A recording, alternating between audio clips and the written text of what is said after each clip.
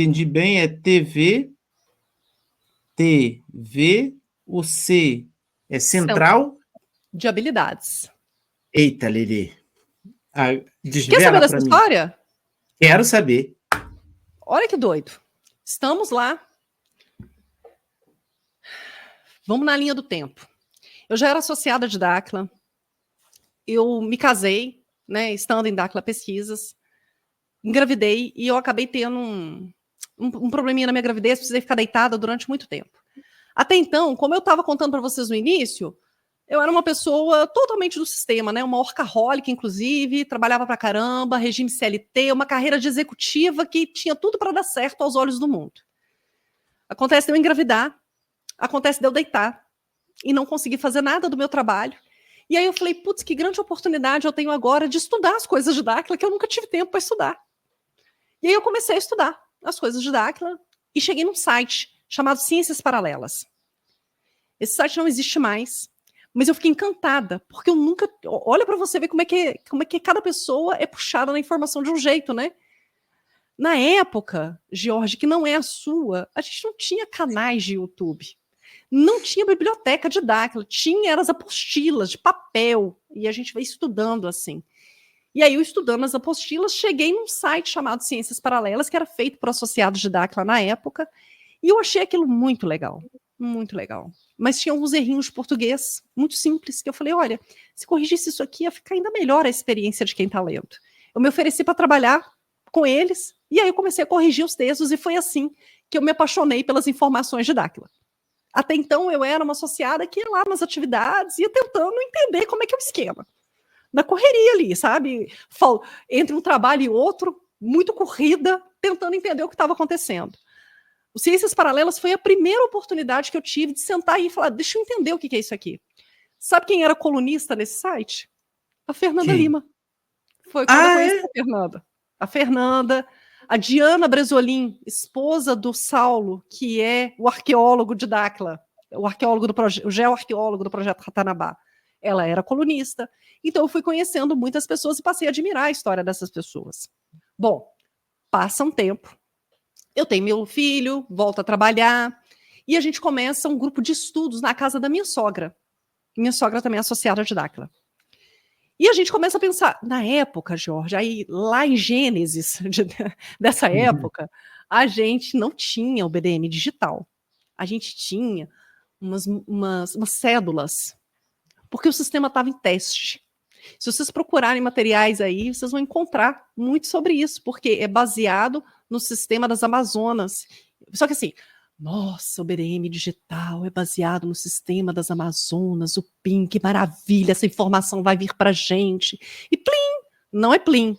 20 anos testando esse negócio e a gente está vendo que naquela época a gente estava testando esse modelo, as pessoas adquiriam essas cédulas, mas elas não tinham onde utilizar essas cédulas. Resultado, as pessoas estavam investindo e estavam ficando com aquele negócio acumulado e não tinham a percepção de ganho. A gente discutindo sobre isso lá nesse grupo de estudo em Minas Gerais. Eu sou de Minas, eu moro no Mato Grosso do Sul, mas eu sou de Minas. No grupo da minha sogra, com outros participantes, éramos, sei lá, 20, umas 25 pessoas, Léo, talvez, lá no grupo de estudo da Nilza. Umas 20, 25 pessoas. E aí a gente começou a pensar assim, o que a gente poderia fazer para promover melhor esse ganho para as pessoas? Falar, vamos criar um site onde as pessoas de Dáquila oferecem seus produtos e serviços. E elas podem pagar com essas cédulas. Porque se elas forem pagando uma para outra, o negócio vai girando. E a gente escutava isso nos grupos de estudo. Gente, você que é associado de Dáquila, participa lá dos grupos de sublimação, etc, etc, etc. Sublimação é o meu, é o primeiro que eu lembro sempre. Mas os outros grupos, desses grupos saem muitas coisas. Foi escutando isso no grupo sublimação, essa queixa, que a gente levou para o grupo. Começou a desenvolver, e aí a gente vai se reunir com um cara chamado Celso. O Celso é o dono da Dourado Cash hoje, que desenvolveu a plataforma do BDM Digital. E a gente fala, Celso, a gente teve uma ideia, e aí ele gosta da ideia e desenvolve esse site pra gente. Qual é o nome do site? Central de Habilidades. Porque a gente queria que fosse um local que reunisse as habilidades dos dimensionais. A gente lança esse projeto. Eu acho que se eu procurar aqui é perigoso eu achar o vídeo de inauguração, porque a gente gravou vídeos com os associados na época que começaram a usar, para levar essa ideia da experiência, de que era uma coisa que ia dar certo, e tocamos esse barco. Eu, inclusive, virei revisora lá dentro, porque era tudo muito novo, Jorge, as pessoas não sabiam nem mexer no site. E foi uma iniciativa muito legal. A gente conduziu esse projeto durante alguns anos, mal poderia eu imaginar que ia se tornar essa baita plataforma maravilhosa que é o BDM Digital, mas talvez ali fosse um pequeno ensaio, né? Eu falo isso assim muito humildemente, porque um projeto central de habilidades foi um embrião muito pequeno diante do tamanho e a magnitude que o BDM Digital tem hoje e o que ele vai ter no futuro. Pois bem, tocamos esse projeto durante muito tempo, ele ganhou uma engrenagem e o Leonardo começou a ter... O Leonardo sempre trabalhou com audiovisual informalmente. O Léo, na verdade, ele é administrador, ele foi terapeuta, mas ele sempre gostou de audiovisual. A gente tem imagens dele criança, mexendo naquelas câmeras grandonas, a mãe dele comprava e não usava, e ele gravava, editava, então era uma coisa que ele gostava. E ele falava assim, e o Léo começou a vir com essas ideias, Carol, a gente precisa criar uma web TV para poder colocar as coisas de Dacla Pesquisa, aí já é Dacla. A gente precisa começar a colocar as coisas de Dacla Pesquisa, a gente precisa documentar essas coisas, e a gente apresentou um projeto. Esse projeto foi aprovado, e a gente quis manter esse nome original, Central de Habilidades. Então, virou a TVCH, né? Porque é a TV Central de Habilidades, porque continua esse desejo de reunir pessoas habilidosas aqui. A gente não tem muito preconceito, assim. Eu gosto muito, inclusive, de conversar com pessoas fora de Dacla. E eu acho que essa junção de hora a gente está conversando com uma pessoa de Dacla, hora a gente está conversando com uma outra pessoa e está encontrando algum tipo de sinergia, isso realmente é o que tem movido o trabalho da gente.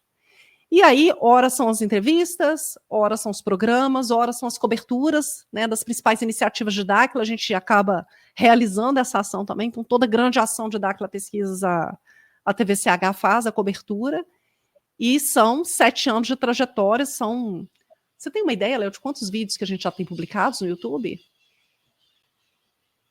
Estou pedindo uma mão aqui para os universitários para dar dados precisos. Vou ver aqui também. Eu não mostrei. Fora o futebol com o MDPL, né? Que é uma outra divisão da TVCH, chamada TVCH Esporte, onde a gente faz a transmissão do futebol com o MDPL e de alguns campeonatos aqui do Mato Grosso do Sul. Não sei se as pessoas que estão acompanhando aqui conhecem essa história, né? Que um dia existiu um negócio chamado Central de Habilidades, que tinha esse propósito, assim, de promover a troca. Mas era uma coisa muito embrionária, Jorge. Muito embrionária. Mas feita com muito carinho. Tem aqui, tá marcando no TVCH 855 vídeos. É vídeo pra caramba. Fora, o MDPL não tá aqui. Então o MDPL vai estar no TVCH Esporte.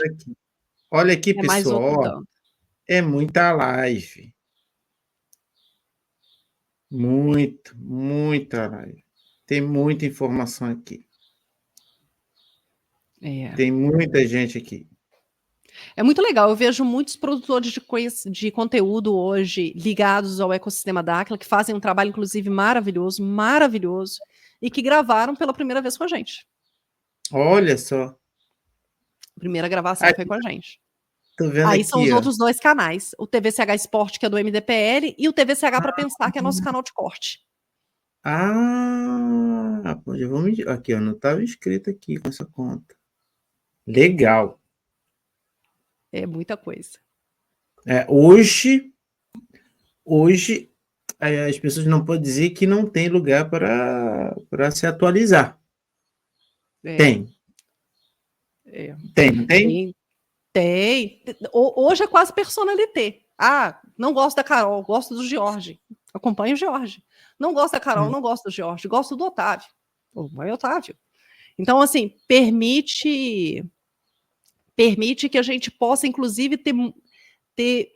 O conhecimento é o mesmo, mas a forma como a gente transmite o conhecimento é diferente de pessoa para pessoa. Eu vou me identificar mais com um estilo do que com o outro.